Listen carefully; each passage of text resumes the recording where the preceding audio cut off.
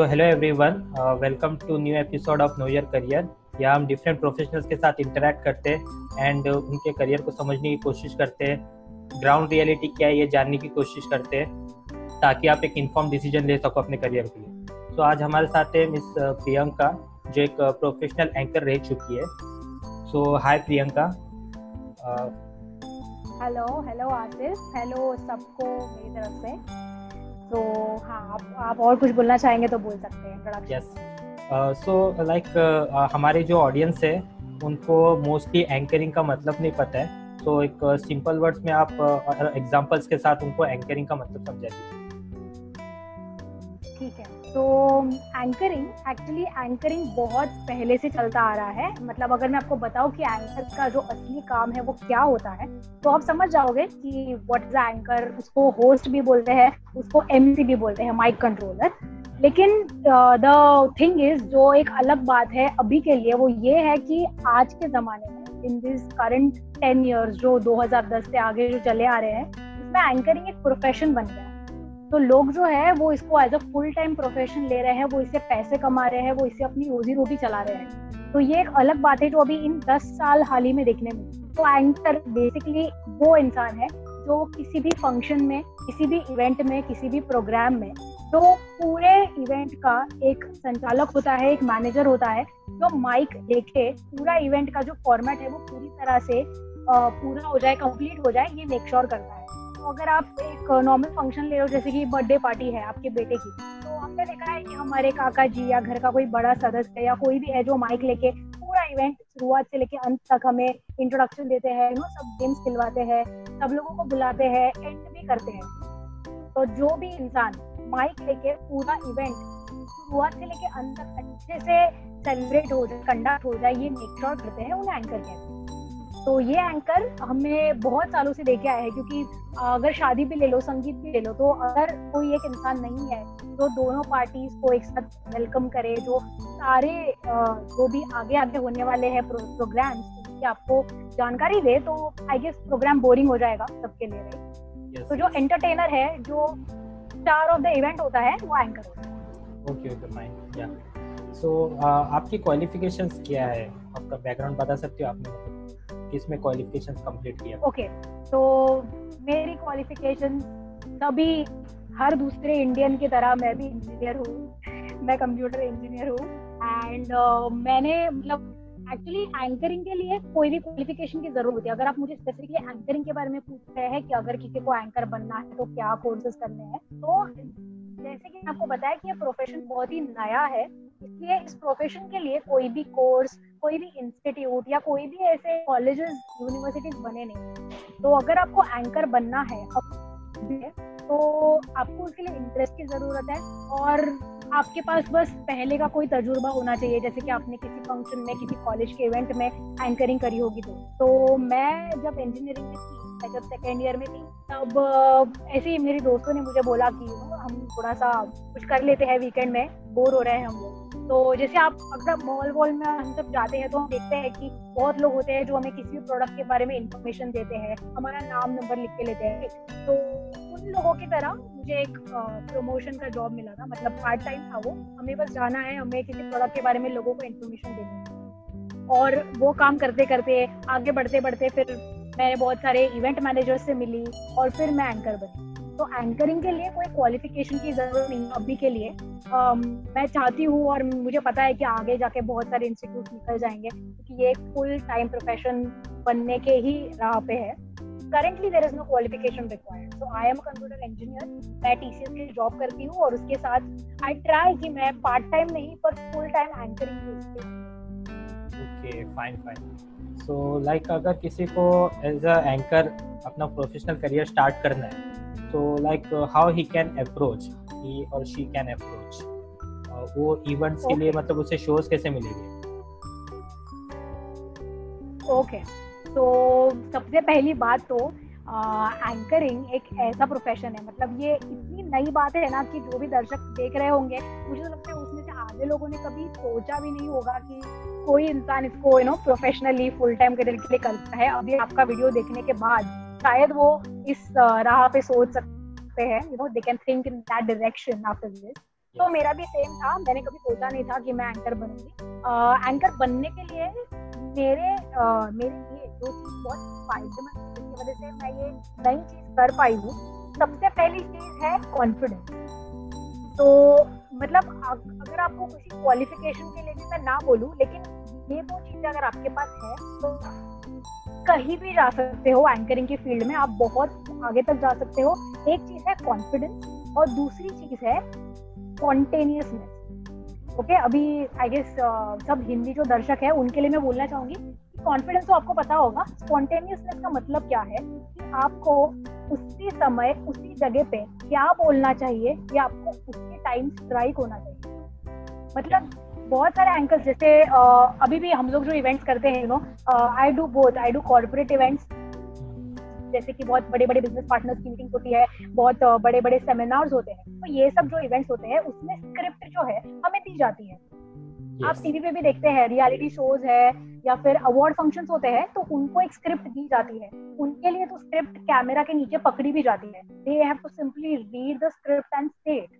लेकिन उसमें भी अगर आप देखेंगे कि बहुत टाइम पे अगर कोई टाइम डिले हो गया, कुछ टाइम मिसमैच हो गया, तो उसके बीच बीच में जो गैप्स है उनमें एंकर की जिम्मेदारी होती है कि वो अपनी तरफ से कुछ डाले और इवेंट को खराब ना होने दे। जो भी ऑडियंस में बैठे हैं उनको बोर ना होने दे। You have to come with jokes, you have to come up with fillers, games, 1 minute के गेम्स, बैठे बैठे जो लोग एंटरटेन हो सकते हैं, ये क्वालिटी बहुत जरूरी है एंकर में हो। और इस क्वालिटी पे तो पूरा का पूरा जो कल्चरल इवेंट इंडस्ट्री है, जैसे कि बर्थडे पार्टी, संगीत इवेंट, ये पूरा इंडस्ट्री इसी क्वालिटी पे डिपेंडेंट है। अगर आप मनीष पॉल, शायद से सबको पता होगा हमारे इंडियन दर्शकों को, Manish Paul he is the most highest paid anchor in the country right now, वो सेलिब्रिटी एंकर है।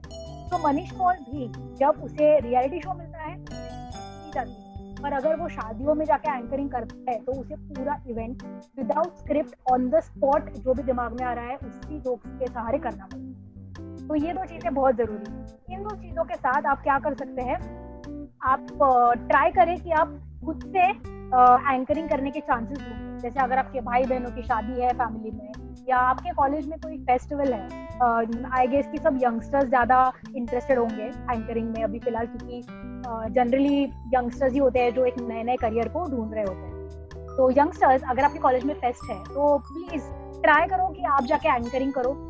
अगर आपको स्टार्टिंग में लग रहा है कि मैं पूरा इवेंट नहीं कर पाऊंगा या कर पाऊंगी, तो आप एक छोटा सा टंग ले लो, उसका आप वीडियो बना लो, फोटोज निकाल लो, और ये फोटोज जो है आप एक पावर पॉइंट प्रेजेंटेशन में ट्रांसफर कर लो, make a nice presentation out of it.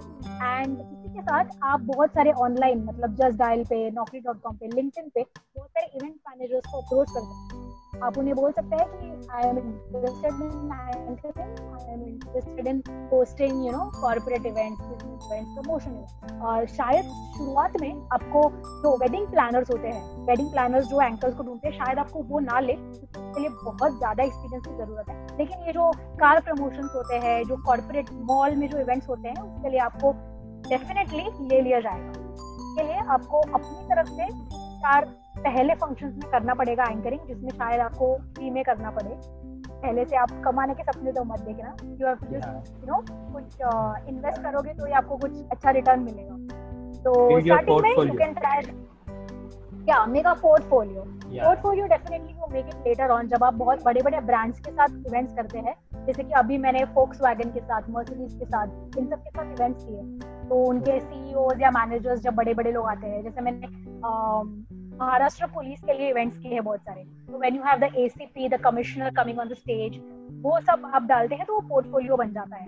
मतलब उसके साथ आप कोई भी इवेंट कर सकते हो, you can just have all kinds of events in your resume. Starting के लिए आप ये सब कर सकते हैं and you can approach the event manager. और एक इनफॉर्मल तरीका है इवेंट मैनेजर्स को अप्रोच करने के लिए, आप अगर मॉल्स में जा रहे हो या किसी भी इवेंट में जा रहे हो, आप खुद से जाके उन्हें अप्रोच कर सकते हैं इवेंट मैनेजर्स को, and you can tell them. Make sure जब आप बात कर रहे हैं तभी आपका कॉन्फिडेंस दिखे, आपका जो भी the way you use your language, आप जिस तरह से वॉइस मॉड्यूलेशन करते हैं, वो सब तभी दिखे ताकि वो इम्प्रेस हो। ओके फाइन, या सो ग्रेट। एंड मुझे पूछना चाहिए, एक्चुअली पूछना था कि एक बार मैंने भी किया था एंकरिंग मेरे डिप्लोमा कॉलेज के कन्वोकेशन में। Nice. सो बट तभी तो मैंने एक्चुअली स्क्रिप्ट बना के किया था। सो मोस्टली तो आपने ऐसा बोला कि you have to learn the skill of spontaneity, यानी कि ऑन द स्पॉट आपको बोलना आना चाहिए अगर आपको प्रोफेशनल एंकर बनना है। मैंने तो एक ही बार किया था, तो ऐसा पॉसिबल नहीं है कि स्टार्टिंग में अगर अपना कॉन्फिडेंस बिल्ड करने के लिए वो स्क्रिप्ट लेकर एंकरिंग को स्टार्ट करे, मतलब एक स्क्रिप्ट बना ले और एंकरिंग को स्टार्ट करे। मतलब जैसे प्रैक्टिकल सिचुएशन में पॉसिबल होता है या नहीं होता है, वो मुझे जानना है। हाँ, प्रैक्टिकल सिचुएशन में मैंने जैसे आपको पहले ही कहा कि अगर आपको एक वेडिंग, एक संगीत में होस्ट करना है तो शायद आपको स्टार्टिंग में ऐसा चांस ना दे। वेडिंग प्लानर्स जो होते हैं वो बहुत ही तजुर्बे वाले एंकर्स को लेते हैं हमेशा, जो एंकर्स दिन का 10,000 से लेके 50,000 तक चार्ज करते हैं वो लेते हैं। लेकिन मैंने जब शुरुआत की थी, मेरा सबसे फोर्ड कार्स के लिए, फोर्ड कंपनी आपको पता होगी, तो उन्होंने एक नई कार लॉन्च की थी, फोर्ड फिगो एस्पायर। वो मेरा सबसे पहला इवेंट था। तो उसमें क्या होता है, आपको एक शीट दी जाती है जिसको हम फिल कहते हैं। उस फिल में सब लिखा होता है, कार के डिटेल्स, कार का नाम, कार ने कितना माइलेज दिया है, कार की मॉडल का नाम, वो सब डिटेल्स होते हैं। तो आप अगर सपोज मॉल में एंकरिंग कर रहे हो तो आपको बस वो जो डिटेल्स है वो पढ़नी है और आपको यही काम करना है। तो जो शुरुआत में जो बडिंग एंकर, अगर आपको भी ट्राई करना है तो it's very easy for you. And also when we are in college and all, तो हम इतने ज्यादा आजकल टेक्नोलॉजी से रिलेटेड होते हैं कि ये सब हमें तुरंत याद हो जाता है, राइट। अगर आप फोन का भी इवेंट है, जैसे मैंने नेक्सस 6P का लॉन्च था मुंबई में, BKC में था, तो नेक्सस 6P जो फोन है उसका लॉन्च हुआ था, तो वो मैंने होस्ट किया था। तो camera, what is the camera, कितनी बैटरी है, कितना रैम है, ये ऐसे याद हो जाता है। तो दैट इज व्हाट आपको बस स्टार्टिंग में बोलना है, like welcome ladies and gentleman, we are here to launch 6P and these are the configuration. तो ये बहुत सिंपल होता है। तो शुरुआत में ये करते करते आप जब कंफर्टेबल हो जाए लाइमलाइट से, कि आपको 100 लोग देख रहे हैं, आपके पास कुछ टाइम है बीच में, अगर आपके दिमाग में जो आ रहा है आप बोल रहे हो, लोग उसमें हंस रहे हैं, आपको अच्छा रिस्पॉन्स दे रहे हैं, ये जब आपको पता चलने लगता है तब आप आगे जाते जाते वो जो स्पॉन्टेनियसनेस है ना वो बिल्ड अप करते हैं। Okay fine, so it's great actually. लेकिन अगर किसी को एज अ बिगनर स्टार्ट करना हो तो मार्केट में कुछ ऐसे प्रोफेशनल कोर्सेज अवेलेबल है? जैसे कि एक तो मैंने सुना है कि पब्लिक स्पीकिंग का एक कोर्स है, वो कर सकते हैं एंकरिंग के लिए, लेकिन स्पेसिफिकली एंकरिंग के लिए कोई कोर्सेज अवेलेबल है मार्केट में? एंकरिंग के लिए स्पेसिफिकली कोई भी कोर्सेज अवेलेबल नहीं है। आप कम्युनिकेशन, जो बिजनेस कम्युनिकेशन होता है, बिजनेस कम्युनिकेशन या फिर 1-to-1 कम्युनिकेशन, पब्लिक कम्युनिकेशन, जैसे आपने पब्लिक स्पीकिंग कहा, तो ये सब के लिए जो प्राइवेट इंस्टीट्यूट्स है, प्राइवेट कोचिंग सेंटर्स है, उनमें ये सब कोर्सेज अवेलेबल है। आप ये सब कोर्सेज डेफिनेटली जाके ट्राई कर सकते हो। पर मैं ये बोलूँगी कि ये सब कोर्सेज आपको जो सिखाते हैं वो सब आप बिना पैसा खर्च करे उससे भी सीख सकते हो। वो सब कोर्सेज में आपको, जैसे आपको एग्जांपल देती हूँ मैं, जैसे अगर आपको एयर होस्टेस बनना है, या सो देयर इज फ्रैंकफिन which is a institute, there are many other institutes also, famous institute। वो institute में आपको क्या सिखाते हैं, कैसे आपको you have to conduct yourself, आपकी body language, आपको कैसे बात करनी है कस्टमर से, the flight attendants and all what they have to talk, and आपको मेकअप कैसे करना है, आपको presentable कैसे रहना है। अगर ये तीन चीजें आप खुद से भी सीख लो, if you just sit at home, you learn how to do makeup, आप अपने फ्रेंड्स से अगर अच्छी इंग्लिश में बात करोगे, आप इंग्लिश मूवीज देखोगे, इंग्लिश सीरीज देखोगे, इंग्लिश बुक्स पढ़ोगे, तो आपकी लैंग्वेज इंप्रूव होती है, राइट।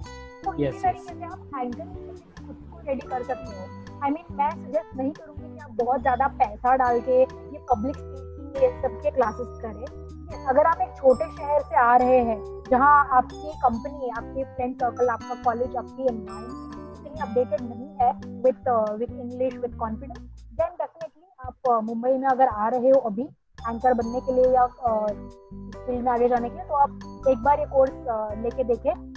ज़्यादा पैसे इसमें ना डालें, मैं फिर भी सजेस्ट करूँगी। If it is a course which takes maybe less than 1,50,000 rupees of yours, then it's okay, you can go for it. Okay, fine. So अगला क्वेश्चन मेरा ये है कि सबसे इम्पोर्टेंट क्वेश्चन जिसकी वजह से लोग अपना करियर डिसाइड करते हैं, इनिशियल सैलरी क्या है, मतलब इनिशियली अर्निंग कितना एक्सपेक्ट कर सकते हैं as a fresher in anchoring career?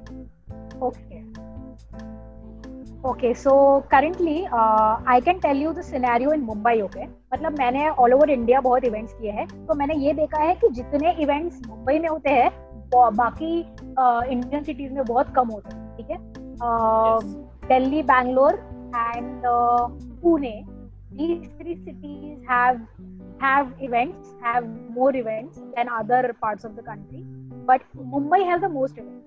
तो मुंबई में अगर आप आ रहे हो, आप एकदम फ्रेशर एंकर हो, आपको सबसे पहला इवेंट कोई मिल रहा है, तो आपको पर इवेंट 3000 रुपीज मिलेगा. ऑब्वियसली इसमें फीमेल एंकर्स को ज्यादा पे मिलता है, मेल एंकर्स को थोड़ा कम पे मिलता है, because of the glam and female anchors are more interactive and people would be interested to see females more. That is how it is.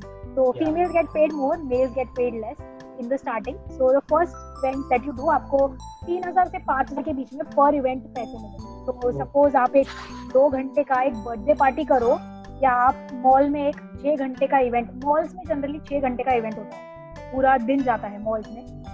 एक कॉर्पोरेट पार्टी है, एक कॉर्पोरेट इवेंट है किसी मॉल में, किसी ऑडिटोरियम में, जितना भी आवर्स का इवेंट है, स्टार्टिंग में शायद आपको घंटों के हिसाब से पैसे नहीं मिलेंगे, आपको इवेंट के हिसाब से पैसे मिलेंगे.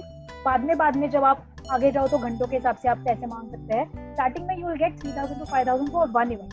तो अगर आप दिन का एक इवेंट कर रहे हैं, हफ्ते के 2-3 इवेंट्स, और अगर महीने के आप 10 भी इवेंट पकड़ लेते हैं, तो यू गेट 30,000. तो I feel that's not bad for a beginner, right? या ओके, ग्रेट. सो मुझे एक क्वेश्चन पूछना था कि एक typical anchoring event on an average कितने घंटे तक चलता है? Okay, so I'll tell you this according to the categories that anchoring events have. Basically, the anchoring events are divided into 3 main categories. Firstly, हम सबसे broad, मतलब सबसे ज़्यादा अमाउंट में जो इवेंट्स एंकर्स को मिलते हैं, वो मैं आपको बताना चाहूँगी. वो होते हैं ब्रांड प्रमोशन इवेंट्स. ओके, तो कोई भी अगर ब्रांड है, for example you can just take maybe Samsung. अगर सैमसंग ने एक नया फोन लॉन्च किया है, तो पहले तो उसकी लॉन्च पार्टी होती है, फिर हर मॉल में जो एक मॉल का सेंट्रल एरिया होता है, वहाँ पे वो जाके अपने सेंटर लगाते हैं, कैंडीज लगाते हैं, स्टेज लगाते हैं, ताकि हर मॉल में वो प्रमोशंस करे फोन. वहाँ पे एक एंकर होते हैं. ओके, ऐसे बहुत सारे ब्रांड्स हैं और बहुत सारे प्लेसेस हैं जहाँ पे वो करते हैं इवेंट्स. तो this is the thing which maximum anchors can have. मतलब शादियाँ, संगीत, बर्थडे पार्टीज ये बहुत कम मिलते हैं, लेकिन उसका पे बहुत ज्यादा होता है. ये इवेंट्स बहुत ज्यादा मिलते हैं, लेकिन इनमें आवर्स बहुत ज्यादा. तो ये इवेंट्स के लिए आपको दिन के 6 या 8 घंटे देने पड़ते हैं for these brand promotion events. Okay, secondly there are corporate events. Corporate events generally happen in a auditorium. Business partners के मीटिंग्स होते हैं. जैसे मैंने एक गूगल क्लाउड लॉन्च था जो नेटको में था, गोरेगांव में. There is a big centre, exhibition centre. तो देयर गूगल लॉन्च का इवेंट था. तो they had launch 13 new features for Google cloud.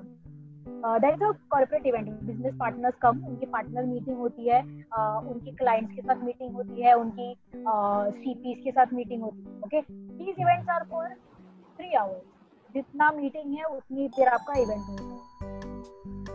And thirdly, the most exciting for me is the cultural event, जैसे birthday parties, anniversary, sangeet events, wedding events, get togethers, kitty parties, all of these events. तो ये event based completely on the family, कि उनको कितना बड़ा function चाहिए. So this changes, hours for this changes. Second one has like 2 to 3 hours. First one may go around 8 hours. Okay, fine. Yeah, so it's fantastic. Job profile looks like quite interesting. So मेरे को एक question पूछने की जरूरत नहीं पड़ी job is really interesting. तो मुझे एक क्वेश्चन पूछने की जरूरत नहीं पड़ी कि द मोस्ट इंटरेस्टिंग पार्ट क्या है आपके करियर का. Like everything is like an adventure. Exactly. तो मैं दूसरा क्वेश्चन पूछूंगा कि मोस्ट बोरिंग पार्ट क्या है एज एन एंकर? क्या लगता है आपको? Okay, most boring. Okay, most boring ऐसी तो बात नहीं. मतलब generally what happens is like for me, मतलब हर एंकर का पर्सपेक्टिव अलग होगा शायद. मेरे लिए क्या है कि मैं वैसे तो पंक्चुअलिटी में उतनी अच्छी नहीं हूँ, मतलब मैं हर जगह पे लेट ही होती रहती हूँ, लेकिन एंकरिंग क्योंकि मेरा पैशन है, क्योंकि मेरा the thing I love the most, तो मैं हर इवेंट पे जल्दी पहुंचती।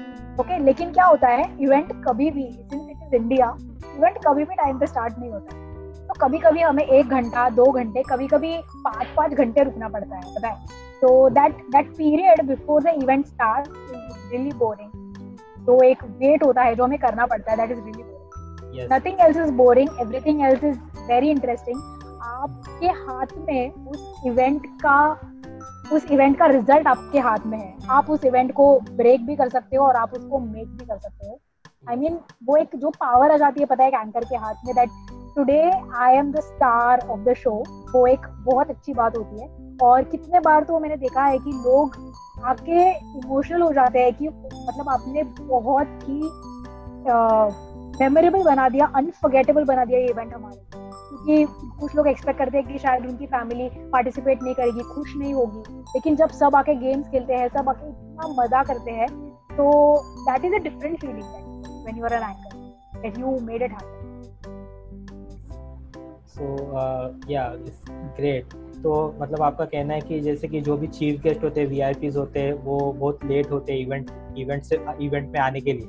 एग्जैक्टली तो उसकी वजह से वेटिंग पीरियड बढ़ जाता है और वो पेशेंस रखना पड़ता है। पेशेंस रखना पड़ता है, यस। एंड कभी कभी तो ऐसे होता है कि एंकर मतलब जैसे बहुत मतलब मेरे केस में तो ऐसे मैंने देखा है कि अगर 5-6 घंटे है और लोग लेट आ रहे हैं और जो लोग ऑलरेडी आके बैठे हैं वो बोर होते हैं बैठ के, क्योंकि वो भी वेट कर रहे होते हैं, राइट, जो टाइम पे आते हैं।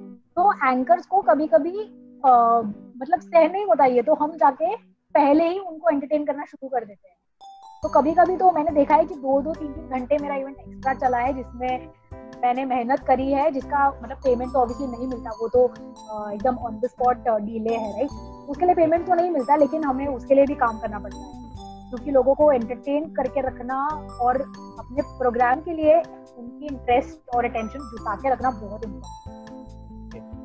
तो लाइक एंकरिंग के साथ साथ आपको नेगोशिएशन स्किल्स भी डेवलप करनी पड़ती है। जैसे जैसे आपका एंकरिंग करियर बढ़ते जाता है, वैसे वैसे आपको अपना जो रेट होता है वो इवेंट मैनेजर्स के साथ नेगोशिएट करना पड़ता है, राइट, कि मैं इतना rate. Exactly. Yeah so negotiation skill is also that's- an important skill you should learn for anchoring career. Okay, and मुझे एक क्वेश्चन पूछना था yes. कि अभी स्टार्टिंग में तो ज़्यादा शोज नहीं मिलते एंकर्स को, बट जब एक फुल फ्लेज करियर ये बन जाता है, so what is your comment on work life balance? Do they get time to like follow their hobbies and spend time with their families, और ज़्यादा ही हेक्टिक हो जाती है उनकी life? Okay. Yeah, you could say actually like for me, मतलब मैं अभी भी एकदम उस लेवल पे पहुंची नहीं हूँ, बिकॉज मैं जॉब भी करती हूँ साथ में, like my IT job. Obviously I am planning to just do one thing at a time right now. तो अभी फिलहाल तो मेरा दोनों चल रहा है, पर मेरे जो कंटेम्प्रेरीज है मैं उनका आपको बताना चाहूंगी, जो फुल टाइम एंकरिंग करते हैं। Currently my position is where I charge 15,000 or 10,000 for one event. This is where I have reached now. बड़े बड़े इवेंट्स, जैसे मैंने इंडियन आइडल का लॉन्च किया था, इंडियन आइडल के कॉन्सर्ट्स में मैंने होस्टिंग की, तो उसके लिए आई charge 20,000 and all. That is where I am right now. But people like, for example, if you take Mayanti Langar और big celebrity anchors, वो ज़्यादा इवेंट्स नहीं करते। उनका जो एक लेवल, एक स्टैंडर्ड बन जाता है, उनके स्टैंडर्ड के जब इवेंट्स आते हैं तभी वो इवेंट्स करते हैं। बाकी टाइम दे आर होम, बाकी time they do some other things maybe. हर एक का अपना अपना डिसीजन है, लेकिन अगर आप फुल टाइम एंकरिंग कर रहे हो तो आई फील कि एवरी डे, मतलब 30 days a month 30 इवेंट्स इतने तो मिलते ही नहीं, इतने इवेंट्स कंडक्ट होते नहीं है। बहुत टाइम पे तो ऐसे हो जाता है कि पूरे मंथ में आपको शायद इवेंट ना मिले और एक ही दिन आपको 3 इवेंट्स मिलते हैं, ऐसे भी होता है बहुत बार। तो then obviously you can do 3 events in a day, तो आपको तीनों में से कोई एक चूज करना पड़ता है, and then you do it.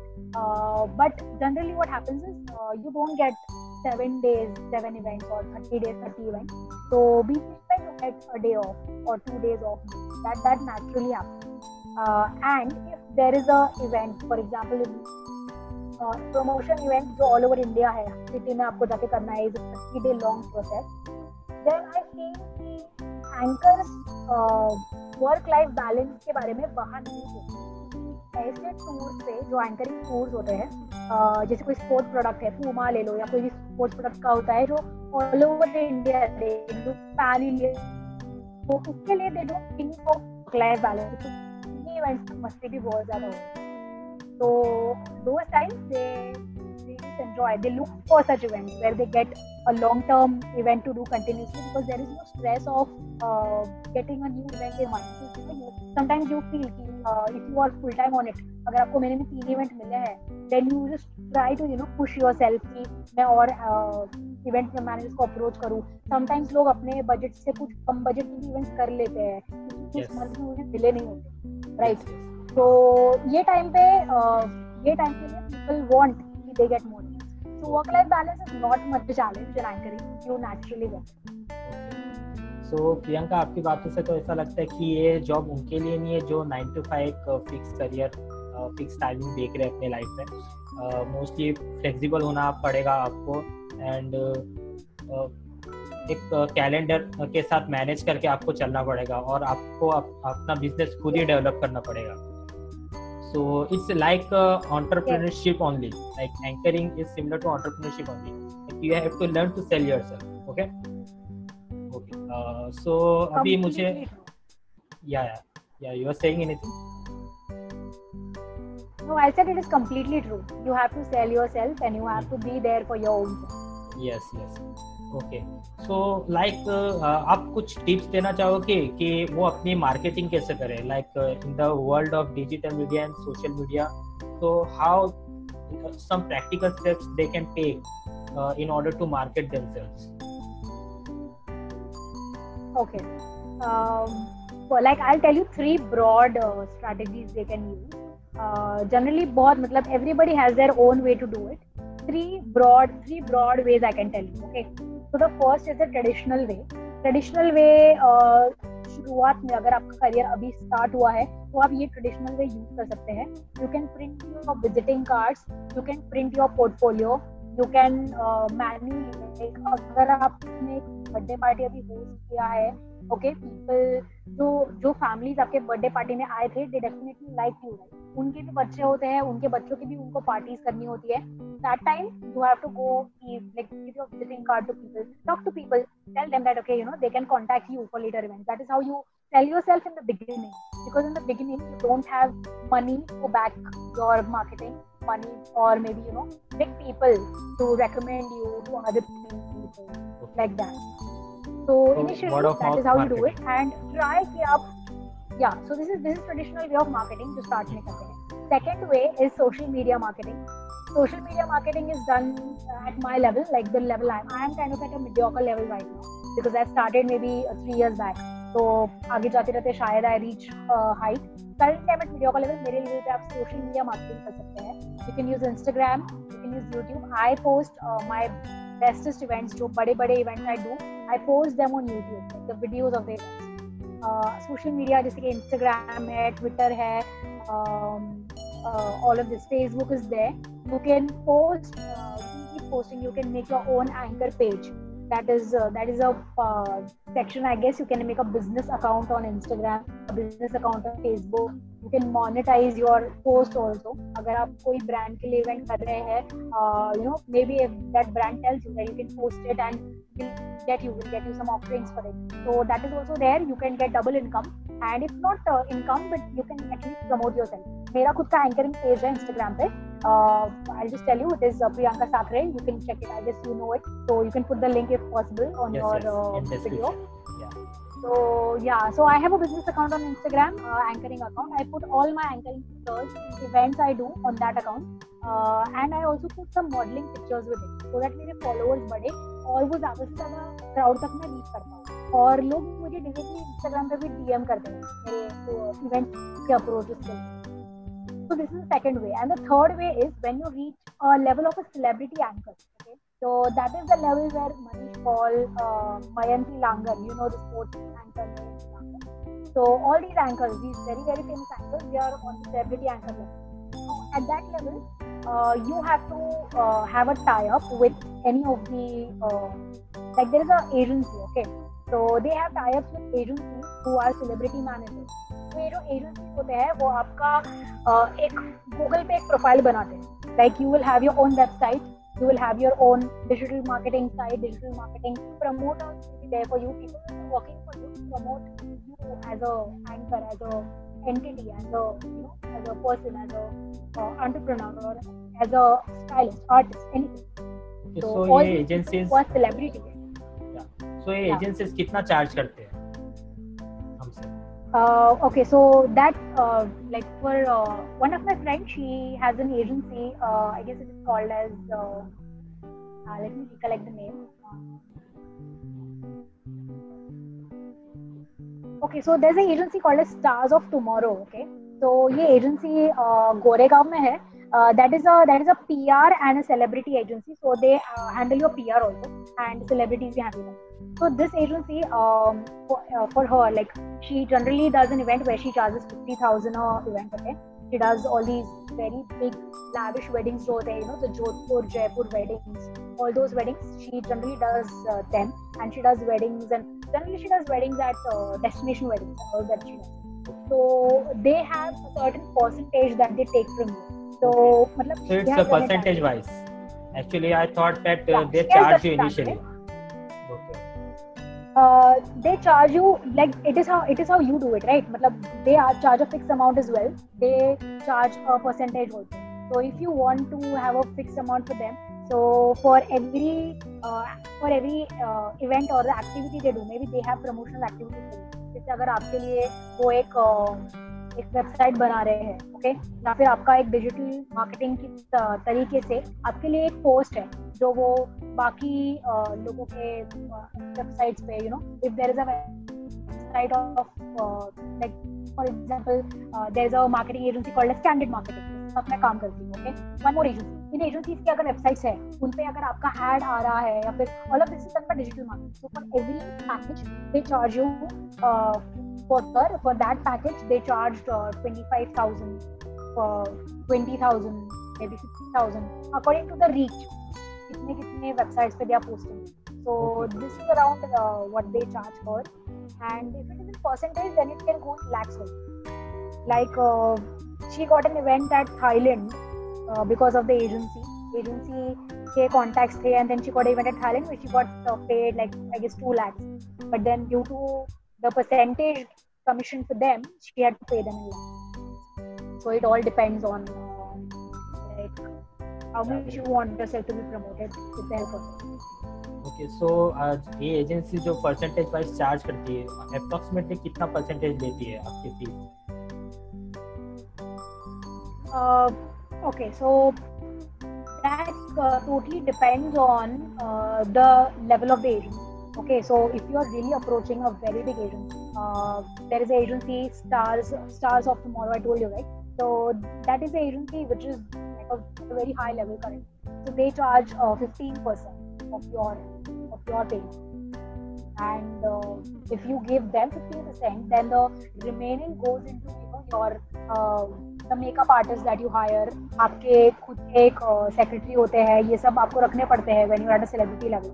So in सबके salaries and all of that also goes out of it. 15% is a very big amount that you have to give them. So अभी मुझे एक और क्वेश्चन पूछना था कि जब अगर इवेंट एक बार बुक हो गया, so आपके ट्रैवलिंग का खर्चा, रहने का खर्चा सब इवेंट वाले करते हैं या आपको अपने जेब से खर्च करना पड़ता है इसके लिए? Okay, so if it is out of Mumbai, if it is out of town, out of Mumbai, they arrange for your food, everything. If it is in Mumbai, generally anchors have to do it. Okay, fine. Great.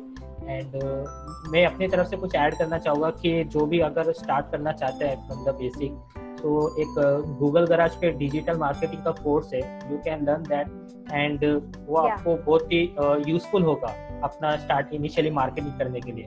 वो उस course में आपको सिखाएंगे कि आप अपने local events में कैसे अपने सर्च रिजल्ट को इम्प्रूव कर सकते हैं, right? So it's a free course. You can do it to gain knowledge, and like initially agencies को contact करने से पहले अपना portfolio build करने के लिए आप खुद से try कर सकते हैं by learning digital marketing. Yeah. और एक क्वेश्चन था मेरा, अभी एक लास्ट क्वेश्चन कि जो भी फ्रेशर्स है, ओके, सो फ्रेशर्स को आप एक क्या एडवाइस देना चाहोगे कि वो अपने डेली एक्टिविटीज में क्या एक्टिविटीज इंक्लूड करें ताकि उनकी कम्युनिकेशन स्किल्स, उनका जो कॉन्फिडेंस, उनका जो fear in talking front of public वो निकल जाए? क्या एक्टिविटीज करना चाहिए उनको जब वो कॉलेज में हो? Okay. Yeah, so if you are in college, you have a very very good opportunity. जैसे मैंने आपको बोला कि कॉलेज में फेस्टिवल्स होते ही रहते हैं, there is a technical festival, cultural festival, there are so many events that keep happening, farewells होते हैं, freshers party होती है, बहुत कुछ होता है. So आप हर पार्टी में जाके आप इनिशिएटिव ले सकते हैं to host the party. Okay, I'm not saying कि आप पूरी तरीके से वो पूरा इवेंट ले लें. Maybe they may have certain people who are experienced for it, but you can request them to take a part of the hosting that you can do. Secondly, a very very effective tool to improve your communication. Communication से यहाँ पे I specifically English. Okay, Hindi language I don't feel we need much like polishing it for Hindi. I guess हम लोग हमेशा ही हिंदी में बात करते हैं, तो हमारी हिंदी ज्यादा जल्दी निकलती है जब किसी से भी बात करनी होती है, क्योंकि हम हिंदी में सोचते हैं, राइट? हम हमारी जो लोकल लैंग्वेज है उसमें हम सोचते हैं, इसलिए वो जल्दी निकलती है मुझे. लेकिन अगर हम सोचना इंग्लिश में स्टार्ट करें, if you are asking me something and if I'm thinking in English, I can articulate it better. So for that, what you can do is आप English shows देखना शुरू कीजिए. Netflix, Amazon Prime, it's all at your door. Start watching English with subtitles. And what you can do is, अगर आप show में interested नहीं है ज्यादा, मतलब obviously Game of Thrones ये सब तो मैं भी बहुत इंटरेस्टेड हूँ, लेकिन अगर आप इंग्लिश इंप्रूव करने के लिए शो देख रहे हैं तो आप सबटाइटल्स पढ़ते पढ़ते उनके साथ बोलना स्टार्ट कीजिए. Okay, the kind of voice modulation they have, कहाँ पे रुकना है, कहाँ पे जोर से बोलना है. जैसे अगर जैसे मैं आपको एग्जांपल दे देती हूँ कि मैं इवेंट में, अगर एक संगीत इवेंट है, अगर मेरे पास लड़की वाले हैं and I am starting the event, तो मैं ऐसे मतलब generally I start like this कि good evening wonderful ladies and gentleman. तो इसमें आप जो एक वॉइस मॉड्यूलेशन है, जैसे आपको कहाँ जोर से बोलना है, good evening ladies and gentleman, तो ये जो वॉइस मॉड्यूलेशन है ये आप शोज देख के सीख सकते हैं. आप इंग्लिश शोज देखिए, आप सबटाइटल्स उनके साथ बोलिए, उन्हीं के तरीके से बोलिए, you will understand the voice modulation. And yes, entertainment तो है ही, बहुत सारे अच्छे शोज हैं, मनी हाइस्ट देखिए, तो या both can happen. And thirdly, the most important thing, and I don't no, मैंने बहुत लोगों को सजेस्ट किया है लेकिन लोग पता नहीं कंटिन्यू नहीं करते ये, आप अपने फ्रेंड सर्कल में आप ज्यादा से ज्यादा इंग्लिश में बात करने को ट्राई कीजिए. Like I don't know, people are like hey friends, let's do this, and then लोग हंसते हैं, मेरे दोस्त हंसते हैं मुझ पे, why are you just doing this, you showing off and all. So I would say it should be ridiculous.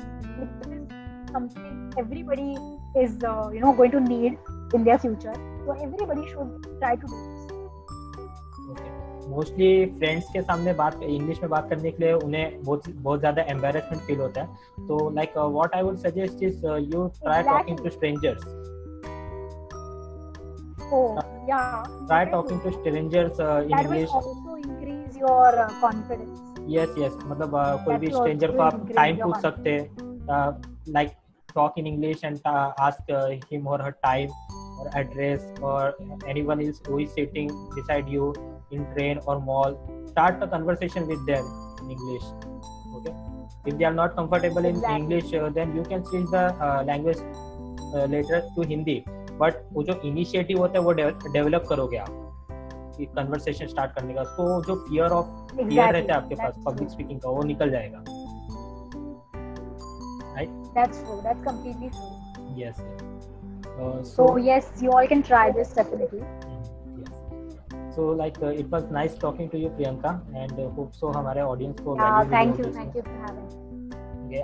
और आपने बहुत ही ज्यादा अच्छा. अगर किसी को और कुछ questions है तो yeah, thank you so much. I'm glad to share my experience. And if anyone has any further queries, then they can drop it, on your video, and I'll answer all of them. They can contact you directly also on your Instagram profile, right? your anchoring page. Yeah, they can do it. Yeah, you can just like mention it somewhere near the video, or maybe in your comment section. You can mention it somewhere, so they can contact me directly. Okay, fine. All the best, guys. Yeah.